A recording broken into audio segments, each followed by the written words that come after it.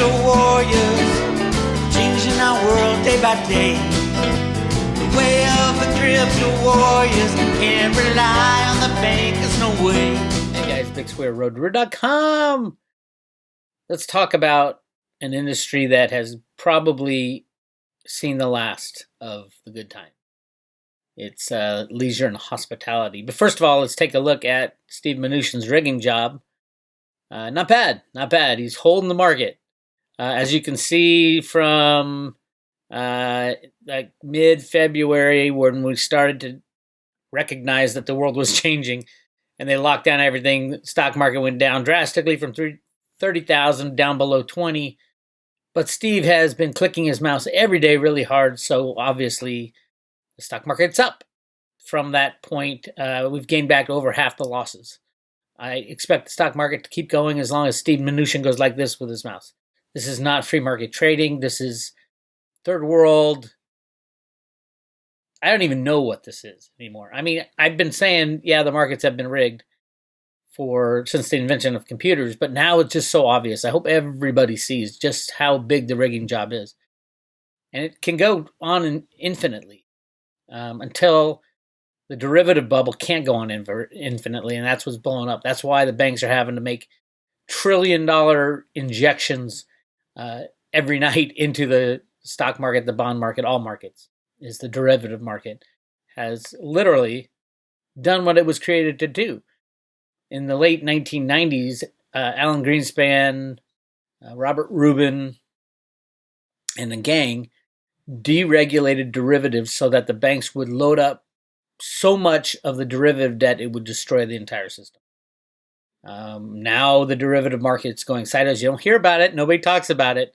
But it is absolutely gutting these corporations, gutting these traders, gutting the banks. But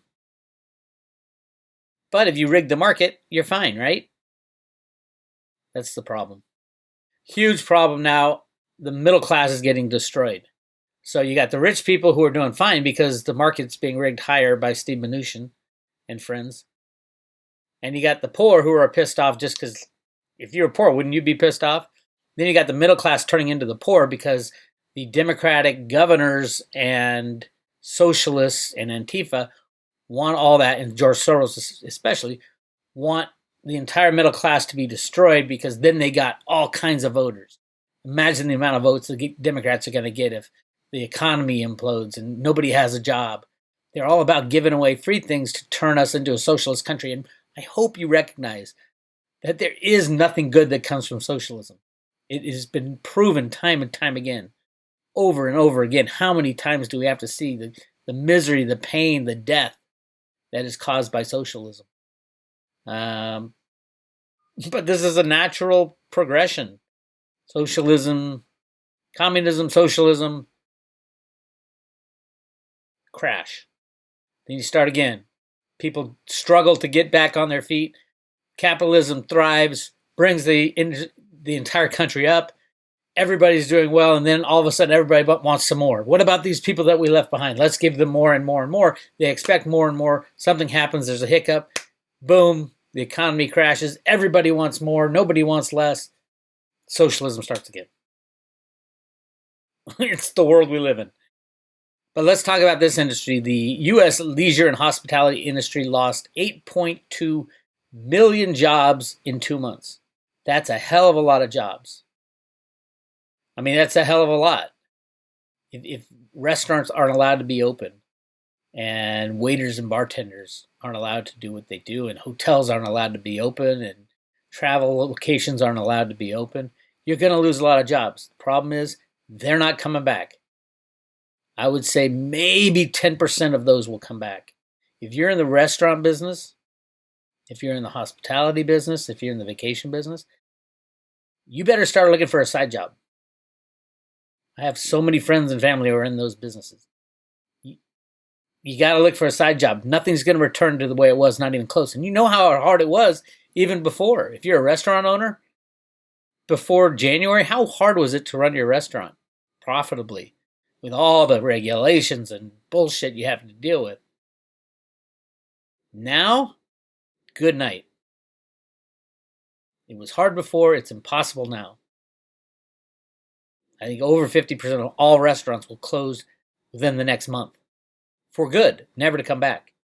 If you're a waiter or waitress waiting for it to reopen, you gotta find another gig. And it's pretty much got to be online.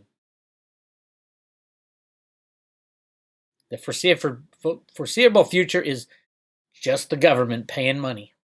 Government's going to bail out people and keep bailing out people. Remember, the Democrats want you to suck on the teat of the government. That's how they get votes. That's how they implement their socialist practices. So restaurants are getting hurt the worst. Restaurant and hospitality, check this out. Industry's hardest hit. Look how many jobs were lost in leisure and hospitality. Look at that. Almost 8 million jobs. The next is health and education and health services. Professional businesses and retail trade, manufacturing. Look at all these. And what did well? Utilities, mining, information, IT stuff, because they all work from home. Financial activities. Of course, the banksters are just soaking up. They love the volatility. That's the industry that needs to go away, and it will, sooner or later. More proof that the restaurant and hospitalities are absolutely getting screwed. Chain restaurants all around the country are permanently, not temporarily, permanently shuttering locations because of coronavirus. They cannot hold these leases that they hold, they finance all their properties. They got to chop. New Galleria, and this is the next thing. As these the world opens again, everyone says, oh my God, coronavirus. We fell for it 1 second, I fall for it again. New Galleria restaurant temporarily closed after employee test positive for COVID. If you're low on vitamin D, yes, you're going to have complications with COVID. If you're high on vitamin D and C and chaga, you're going to be fine for the most part. Obviously, not everybody will be fine. But we don't live in a world where everybody should be fine. The next outbreak of COVID is going to be real soon because, I guess we shouldn't have protested. I guess we shouldn't have locked down. I guess we shouldn't. Our government is the ones making these calls on your life. Several Twin City restaurants halt takeout service after staffers test positive for COVID-19. Of course they're going to test positive. Everybody's going to get it. The question is, are you preparing your body to fight it off? And or are you listening to people like Fauci, deep state criminal? I haven't seen him much these days. Have you? Maybe he is at Guantanamo with all the others. Florida reports largest jump in new cases since April. New York City says restaurants won't open until July. That means they're never going to open. If New York City won't allow a soft opening now, they're never going to open again. That's sad. New York City had one of the greatest restaurant businesses around, industries. You can pretty much kiss San Francisco goodbye. As a tourist destination, as a vibrant city, they have the freak lefty governor, mayor of that city. Wow. I used to love San Francisco. In the last 5 years, with all the lefty agendas, it's gone. Nobody's going to visit there. It used to be all the shit in the street. Now all the homeless have moved into the high-end hotels that are being paid for by the city. And they have no money. Wait till the government, now the states are already asking the federal government for money. Why? Because they're spending, they don't have it to spend, even though they won't let their people go back to work. Look at this crazy lady.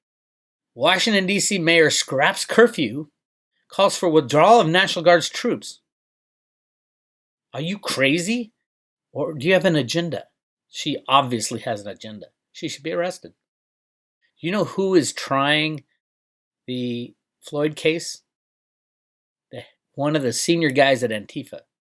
The Attorney General of Minnesota is a senior guy in Antifa.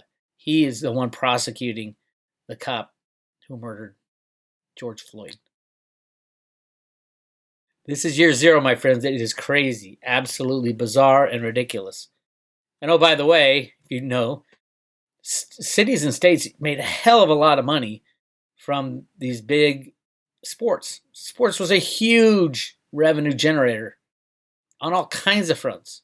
And with the closed and them playing just on TV, all these municipalities are struggling with billions of dollars in debt. The pandemic crushes tourism and turns sports venues into a strain on local budgets. Why do you think Trump's pissed off at China? Well, whoever it was that created this bioweapon and released it. It's destroyed everything. 3 weeks ago, I was saying, everything's changed. 3 months ago, everything's changed. I didn't even believe it. If you've watched me in my progression over the last couple of weeks, it's hard to really get your head around. My Oakland will never be the same. Your city, your state, our government, the world will never, ever, ever, ever be the same. And as Cliff says, if you want to survive it, you got to go with it. You got to learn to adapt. As for work, figure out 5 different streams of income, completely different from each other, so that you have something coming in when something else crashes. If you're in the restaurant business, the hotel business, the hospitality business, it's time to look for another line of work. The internet is great for getting information out there. If you're interested in sewing clothes, start up a website. It's cheap. It's free to start up a website these days. But you gotta go with the flow. You have to be dynamic. You can't be static. You can't stop there and say, I want things to go back. Because it never will. Again, those of you on the road to Ruta, as of today, we are giving away right here 100 Theta and 100 Theta fuel with every renewal and subscription. We are out of the silver coins. Thank you very much for supporting Ruta.